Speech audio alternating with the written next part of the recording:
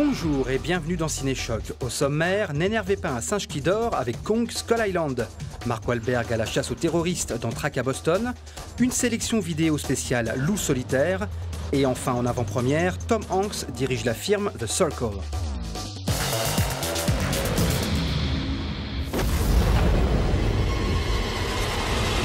Le maître des monstres revient. King Kong, classique du film d'aventure de 1933, avait été réinventé et mis au goût du jour par Peter Jackson en 2005 grâce aux dernières innovations en matière d'effets spéciaux. Kong est Dieu sur cette île, mais les démons vivent sous nos pieds. Après Godzilla, c'est au tour de King Kong de rugir à nouveau avec Skull Island, qui n'est ni un remake ni une suite de l'histoire originale. Ces images sont des photos d'une île du sud du Pacifique. Le point de rencontre du mythe et de la science. Nous sommes dans les années 70, une expédition de scientifiques part à la découverte d'une île inconnue perdue au milieu de l'océan Pacifique. Pas besoin de vous faire un dessin, le groupe va atterrir en plein milieu de Skull Island, l'île de King Kong et d'un autre bon millier de créatures, tout aussi mortelles les unes que les autres. Avec Skull Island, le jeune réalisateur Jordan Vogt Roberts touche du doigt l'histoire du cinéma elle-même. Il n'était pas question de faire King Kong revient à New York. On ne voulait pas refaire une autre histoire avec le même King Kong. On voulait un King Kong nouveau. C'est ce qui m'a plu dans ce projet. Comment raconter une nouvelle histoire au sein de la même mythologie. Le film nous raconte une histoire incroyable et intemporelle. Il aborde des questions tout à fait actuelles, l'opposition homme-nature. Tout le monde parle d'agriculture, de guerre, ces sujets importants qui nous concernent en tant qu'êtres humains. Et si au lieu d'être dans la confrontation, on essayait la coopération? C'était bien de parler de choses graves sur un mode léger et divertissant comme le fait ce film. La difficulté, c'était comment prendre des éléments du personnage original, les éléments qui ont fait le succès du film de 1933 auprès du grand public, tout en les changeant, en les améliorant, en réinventant le personnage, pas pour le plaisir de le réinventer, mais pour donner une raison d'être à ce film. King Kong est vraiment un personnage emblématique du cinéma. C'est un symbole cinématographique. Il fait partie de l'imaginaire des gens depuis 1933, ou en tout cas des cinéphiles. Le public adore ces films. King Kong représente tellement de choses. Il est à la fois le mystère de l'inconnu, cette force terrifiante de la nature, mais aussi cet être conscient doté d'une intelligence que nous ne comprenons pas. C'est ce qui nous captive chez lui.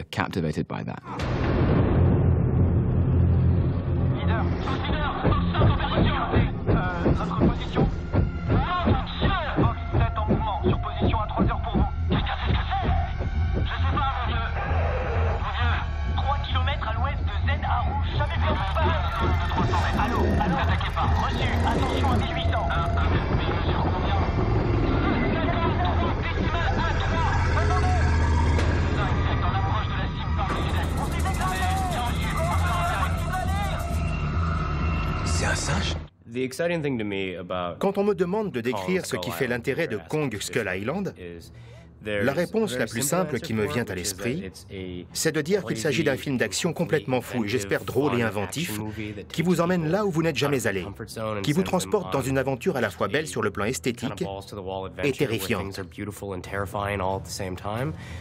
Mais personnellement, ce que je trouve le plus intéressant dans Kong Skull Island, c'est ce qu'il apporte de nouveau. Il réunit plusieurs genres différents dans un même film. On a rassemblé dans ce film des personnages qui ont chacun leurs problématiques. On a en quelque sorte pioché dans des films différents des personnages qui n'auraient jamais dû se retrouver ensemble. Les années 70 sont quelque chose de merveilleux. À cette époque, les gens avaient une certaine innocence. Depuis, le monde et l'humanité ont vécu certaines choses difficiles qui les ont fait déchanter. Mais à cette période de notre histoire, il y avait encore cette innocence qui fait que c'était l'époque parfaite pour situer le film.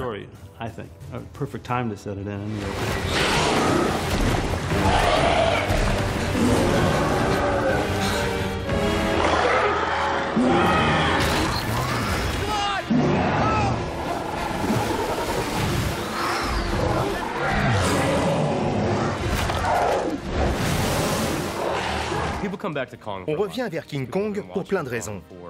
Si les gens aiment les films de King Kong depuis des décennies, c'est parce que ce personnage résonne en eux, intellectuellement, émotionnellement. Il leur permet de s'évader. Le King Kong d'origine réunissait ce qu'il y a de mieux dans le cinéma à plein de niveaux. Les effets visuels étaient incroyables. Il vous emmenait dans un autre monde. Il y avait dedans des choses qu'on n'avait jamais vues. Il vous faisait voyager. Le personnage était attachant et on n'avait pas l'impression de voir une ressucée d'autre chose. On s'attachait à cette créature. C'est vraiment le meilleur des univers pour un réalisateur de films à gros budget.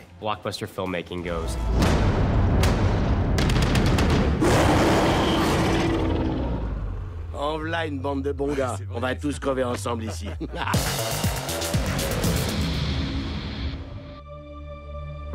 Un demi-million de personnes regardent le marathon de Boston dans les rues de la Nouvelle-Angleterre. Hey! Ma chérie! Fais pas de bêtises, hein?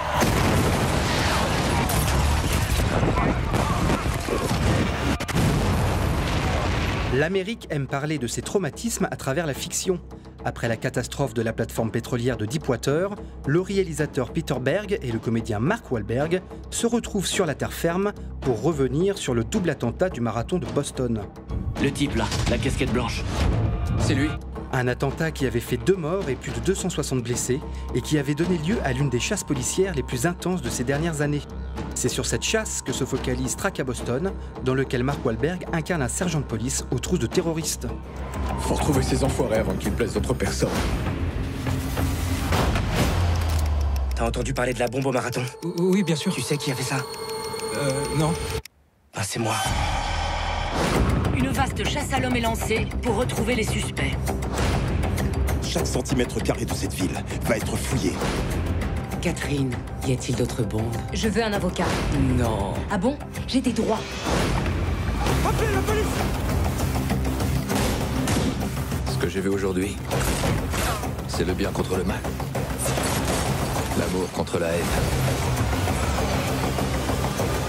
Notre seule arme pour les combattre,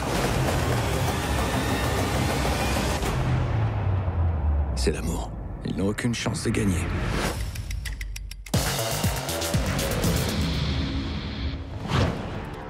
On n'est jamais mieux servi que par soi-même, la preuve avec cette sélection vidéo spéciale Loup solitaire.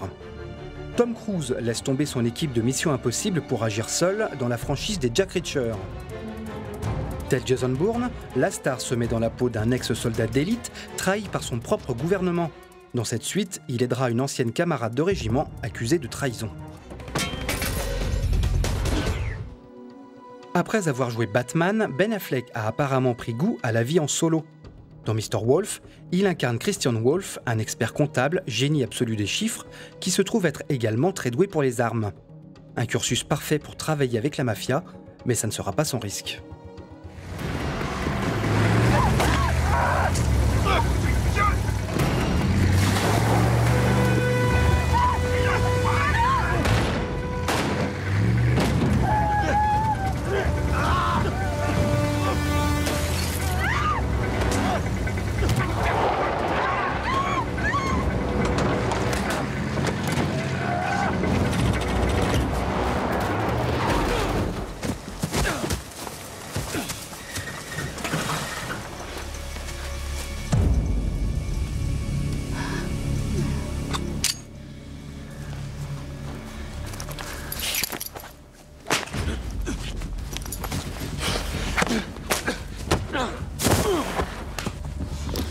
Putain de merde!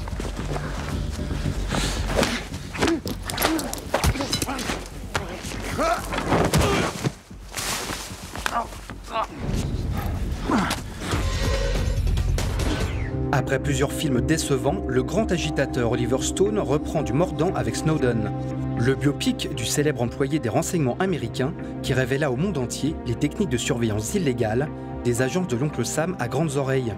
Le réalisateur de JFK nous dépeint comment ce mathématicien va combattre son dilemme entre son patriotisme et sa morale personnelle.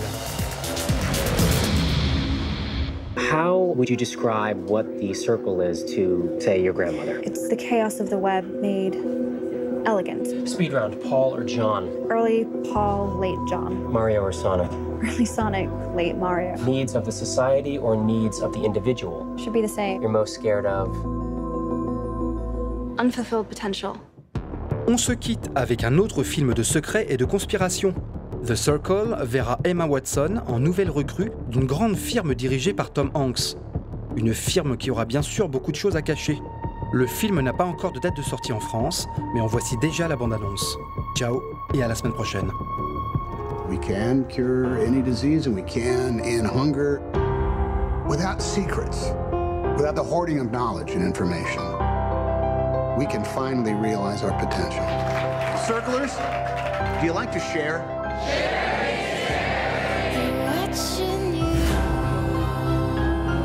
We will see it all. If it happens, we'll know. Imagine the human rights implications. There needs to be accountability. What is this? The Circle has the power to change everything. It's only our lies that get us in trouble. Things we hide. We care about everybody you care about. Because knowing is good, but knowing everything is better.